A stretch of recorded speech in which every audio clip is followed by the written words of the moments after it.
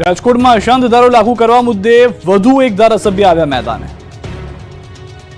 રાજકોટમાં અશાંત ધારો લાગુ કરવા મુદ્દે વધુ એક ધારાસભ્ય આવ્યા મેદાનમાં.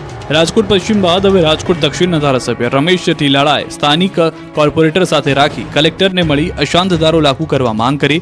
રાજકોટ શહેરના વોર્ડ નંબર 7, 8 અને 14માં અશાંત ધારો લાગુ કરવાની માંગ કરવામાં આવી. રામનાથપરા, સોની બજાર, વર્ધમાનનગર, પ્રહલાદ પ્લોટ સહિતના અનેક વિસ્તારોમાં અશાંત ધારો લાગુ કરવાની માંગ કરાઈ. ત્યારે સ્થાનિકોની માંગને લઈ કલેક્ટર કેવી કાર્યવાહી કરે છે તે જોવું રહ્યું. અગાઉ ધારાસભ્ય દર્શિતા શાહે પણ અશાંત ધારા મુદ્દે કલેક્ટરને રજૂઆત કરી હતી. આ વિસ્તારમાં અન્ય ધર્મના લોકો મકાનો ખરીદી ગેરકાયદે પ્રવૃત્તિ વિસ્તારી રહ્યા હોવાની રજૂઆત કરી છે. રાજ્યમાં બાર એસોસિએશનની યોજાઈ ચૂંટણીને લઈ વકીલોમાં ઉત્સાહ. રાત્રે આવશે પરિણામ. ગુજરાતભરમાં બાર એસોસિએશનના પ્રમુખ અને હોદ્દેદારો માટેની ચૂંટણી યોજાઈ હતી, જેને લઈને મતદાન સવારે 9 વાગ્યાથી શરૂ થઈ ગયું. સાંજે 4:30 વાગ્યા સુધીમાં ચાલેલા મતદાનને લઈને રાજ્યભરના વકીલોમાં ઉત્સાહ જોવા મળ્યો. રાજ્યભરમાં 270 બાર એસોસિએશનની ચૂંટણીને લઈને ભારે ઉત્સાહ જોવા મળ્યો. સૌરાષ્ટ્રના સૌથી મોટા ગણાતા રાજકોટ બાર એસોસિએશનની ચૂંટણીમાં 3704 મતદારો મતદાન કર્યું. અહીં પ્રમુખ પદ માટે ત્રિપાંખીયો જંગ જામ્યો. તો સુરતમાં પ્રમુખ પદ માટે ઉદય પટેલ અને બ્રિજેશ પટેલ વચ્ચે કટોકટીનો જંગ થયો. સુરતમાં નોંધાયેલા 4978 મતદારોમાં ખાસ્સા ઉત્સાહ જોવા મળ્યો. 4978 6 હોદ્દેદારો અને 11 કારોબારી સભ્યોનું ભાવિ નક્કી કરશે. સુરત ડિસ્ટ્રિક્ટ જજની મનાઈ હોવા છતાં પણ કોર્ટ કેમ્પસમાં બેનરો જોવા મળતા વિવાદ થવાની શક્યતા સેવાઈ રહી છે. કોર્ટ બિલ્ડિંગની ફરતે મુકાયેલા સીસીટીવી કેમેરાને પણ મેન્ટેન કરાયા. તો વડોદરા ખાતે વકીલો વચ્ચે ખરાખરીનો જંગ જામ્યો. 18 બેઠકો પર 43 ઉમેદવારો વચ્ચે કાંટાની ટક્કર જોવા મળી. 3845 મતદારોએ મતદાન કર્યું. તો સાબરકાંઠા જિલ્લા બાર એસોસિએશનના 5 હોદ્દા માટે 12 ઉમેદવાર મેદાને છે. ગુજરાતીઓને કાતિલ ઠંડીથી મળશે રાહત. 5 દિવસમાં ઠંડીમાં થશે ઘટાડો. રાજ્યમાં હાલ કડકડતી ઠંડી પડી રહી છે. કાતિલ ટાઢના કારણે લોકો ઠૂંઠવાઈ ગયા છે. મોટાભાગના શહેરોમાં ઠંડીનો પારો ગગડીને 12 ડિગ્રી નીચે પહોંચી ગયો છે. ઠંડીની સાથે બર્ફીલા પવનથી લોકો ફફડી ગયા છે. રાજ્યમાં નલિયામાં સૌથી ઓછું 6.4 ડિગ્રી તાપમાન નોંધાયું. તો રાજકોટમાં 9.5 ડિગ્રી, થરાદમાં 10.1 ડિગ્રી, ભુજમાં 10.2 ડિગ્રી, નર્મદામાં 10.4 ડિગ્રી, રાધનપુરમાં 10.5 ડિગ્રી, હિંમતનગરમાં 11 ડિગ્રી, દાહોદમાં 11.2 ડિગ્રી, ગાંધીનગરમાં 11.5 ડિગ્રી, વલસાડમાં 11.9 ડિગ્રી, અમરેલીમાં 12.6 ડિગ્રી, અમદાવાદમાં 13.4 ડિગ્રી અને વડોદરામાં 14.6 ડિગ્રી તાપમાન નોંધાયું છે. જોકે રાહતની વાત એ છે કે હવે ઠંડીમાં ઉત્તરોત્તર ઘટાડો થશે. રાજ્યના લોકોને ઠંડીના પ્રકોપથી રાહત મળશે. હવામાન વિભાગની આગાહી મુજબ આગામી 5 દિવસ ઠંડીમાં ઘટાડો રહેશે. પવનની દિશા બદલાતા હવે ઠંડી ઘટશે. જોકે સૌરાષ્ટ્ર કચ્છ છૂટવાવા માટે રહેજો તૈયાર. રાજકોટ, પોરબંદર અને કચ્છમાં કોલ્ડ વેવની શક્યતા. સામાન્ય કરતાં 4.5 ડિગ્રી ઘટાડો થતા કોલ્ડ વેવની આગાહી. હાલ ઉત્તરથી ઉત્તર પૂર્વ તરફ પવન ફૂંકાતા આગામી 24 કલાક કોલ્ડ વેવની આગાહી કરી છે. જોકે આગામી 5 દિવસ તાપમાનમાં વધારો થવાની શક્યતા છે. મરચાએ ઊંઝાના ખેડૂતોને કર્યા માલામાલ. મહેસાણા જિલ્લાના ઊંઝા તાલુકાના ખેડૂતો તીખા તમતમતા મરચાની ખેતીથી બન્યા સમૃદ્ધ. આ વર્ષે લીલા મરચાના સારા ભાવ મળતા ખેડૂતો ખુશખુશાલ જોવા મળ્યા. ગત વર્ષ કરતાં ખેડૂતોને લીલા મરચાના બમણા ભાવ મળી રહ્યા છે. ગત વર્ષે 20 કિલો મરચાના ભાવ 500 થી 550 રૂપિયા હતા, જ્યારે આ વર્ષે 800 થી 1000 રૂપિયા ભાવ માર્કેટમાં બોલાઈ રહ્યા છે.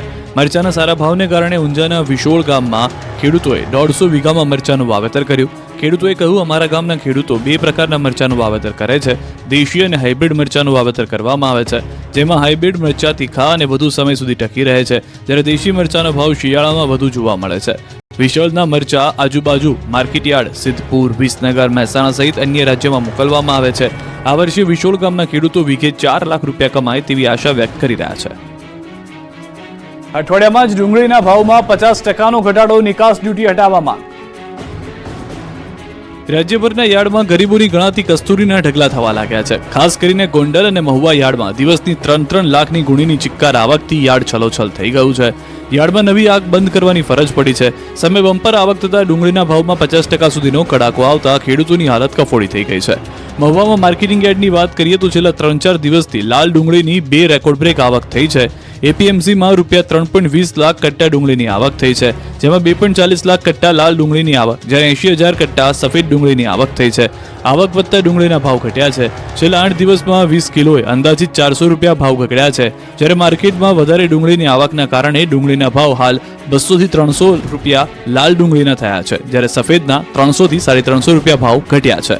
ડુંગળીના ભાવ કરતા ખેડૂતોની હાલત કફોડી છે, ત્યારે ડુંગળીની નિકાસ જકાત ઘટાડવા ખેડૂતોની માંગ ઉઠી છે. ભાવનગરના મહુવા માર્કેટિંગ યાર્ડના ચેરમેને ડુંગળી પર લાગેલ નિકાસ ડ્યુટી હટાવવા લેખિતમાં કરી છે રજૂઆત. નિકાસ ડ્યુટી તાત્કાલિક દૂર કરવા કેન્દ્ર સરકારને લેખિત રજૂઆત કરી. મહુવા યાર્ડના ચેરમેન ગભરુભાઈ કાણિયાળે વાણિજ્ય અને ઉદ્યોગ મંત્રી પિયુષ ગોયલને પત્ર લખીને રજૂઆત કરી. ડુંગળીની મોટા પ્રમાણમાં આવકને કારણે ભાવો ન મળતા ખેડૂતોના હિતમાં 20% નિકાસ ડ્યુટી તાત્કાલિક દૂર કરવાની માંગ કરી છે. સુરતથી પકડાયું ચાઇનીઝ દોરીનું ગોડાઉન. 11.52 લાખની ચાઇનીઝ દોરી સાથે પકડાયો શખ્સ. ઉત્તરાયણ પર ચાઇનીઝ દોરીના ઉપયોગ પર પ્રતિબંધ છે, છતાં કેટલાક વેપારીઓ દ્વારા ગુજરાતમાં વધુ નાણાં કમાવાની લાલચમાં બેફામ ચાઇનીઝ દોરીનું વેચાણ થઈ રહ્યું છે. ત્યારે સુરતથી મકર સંક્રાંતિ પહેલા ચાઇનીઝ દોરીનું ગોડાઉન પકડાયું છે. સુરત શહેરના ડિંડોલી વિસ્તારમાંથી પોલીસે આઈસર કન્ટેનર ટ્રક ચાલક સાથે કુલ ₹21.52 લાખના મુદ્દામાલ સાથે પ્રતિબંધિત ચાઇનીઝ દોરીના જથ્થા સાથે એક આરોપીને પકડી પાડ્યો છે. ટ્રકમાંથી 60 બોક્સમાં ભરેલી કુલ 2880 બોબિન દોરી સાથે ટ્રક જપ્ત કરી. આ ચાઇનીઝ દોરીની બજાર કિંમત ₹11.52 લાખ છે, જ્યારે કન્ટેનર ટ્રકની કિંમત ₹10 લાખ છે. કુલ મુદ્દામાલ ₹21.52 લાખનો જપ્ત કરવામાં આવ્યો છે. ટ્રક સાથે અનિલકુમાર મીણા નામના આરોપીને પકડી પાડવામાં આવ્યો છે. પ્રતિબંધિત ચાઇનીઝ દોરીનો જથ્થો અમદાવાદમાં કોને સપ્લાય કરવાનો હતો તે દિશામાં પોલીસે તપાસ શરૂ કરી છે. સુરત બાદ વડોદરાથી ચાઇનીઝ દોરી સાથે એક શખ્સ પકડાયો. ચાઇનીઝ દોરીના 480 બોક્સ સહિત 2,47,000નો મુદ્દામાલ જપ્ત. વડોદરા શહેરના પાણીગેટ વિસ્તારમાં આવેલા મેમણ શોપિંગ સેન્ટરમાંથી વડોદરા એસઓજી પોલીસે પ્રતિબંધિત ચાઇનીઝ દોરીના 480 બોક્સ સહિત 2.47 લાખ રૂપિયાનો મુદ્દામાલ જપ્ત કર્યો છે અને એક આરોપીની ધરપકડ કરી છે. એસઓજીની ટીમો દ્વારા જુદા જુદા વિસ્તારમાં ચાઇનીઝ તુક્કલ, ચાઇનીઝ દોરા ચેકિંગની કામગીરી દરમિયાન બાતમીના આધારે પોલીસે આજવા રોડ ખાતે આવેલા મેમણ શોપિંગ સેન્ટરમાં ચેકિંગ કર્યું હતું. આ દરમિયાન દુકાનમાંથી Welan mono, German technology, fly above the test only for industrial use only અને trademark owner Welan Impex private limited India લખાણવાળા 16 બોક્સ મળી આવ્યા, જેમાં પ્રતિબંધિત ચાઇનીઝ દોરીના 480 બોક્સ મળી આવ્યા. પોલીસે દુકાનમાં હાજર ઈસમ હફીઝ અલી મહમ્મદ મેમણ અને પ્રતિબંધિત ચાઇનીઝ દોરીનો જથ્થો મોકલનાર ઈસમ રહીમ ગુલાવાલા વિરુદ્ધ જાહેરનામાનો ભંગ કર્યા બાબતે ગુનો નોંધ્યો. દુકાનમાં હાજર હફીઝ અલી મહમ્મદ મેમણની ધરપકડ કરી. જથ્થો મોકલનાર રહીમ ગુલાવાલાને વોન્ટેડ જાહેર કરાયો. આ વખતે સંક્રાંતે આકાશમાં પેચ લગાવવા મોંઘા પડશે. પેટલાદની પતંગ બજારમાં પતંગના ભાવમાં ભડકો. આ વખતે મકર સંક્રાંતિએ પતંગ રસિયાઓને આકાશમાં પતંગ પેચ લગાવવા મોંઘા પડશે.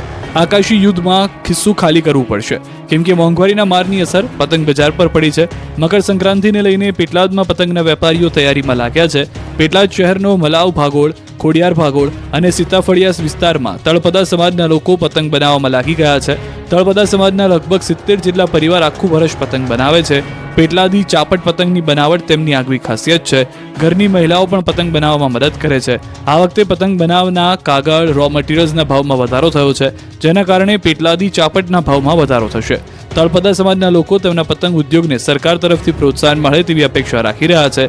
હાલ તો સમાજની મહિલાઓ પણ પતંગ બનાવી આત્મનિર્ભર બની છે.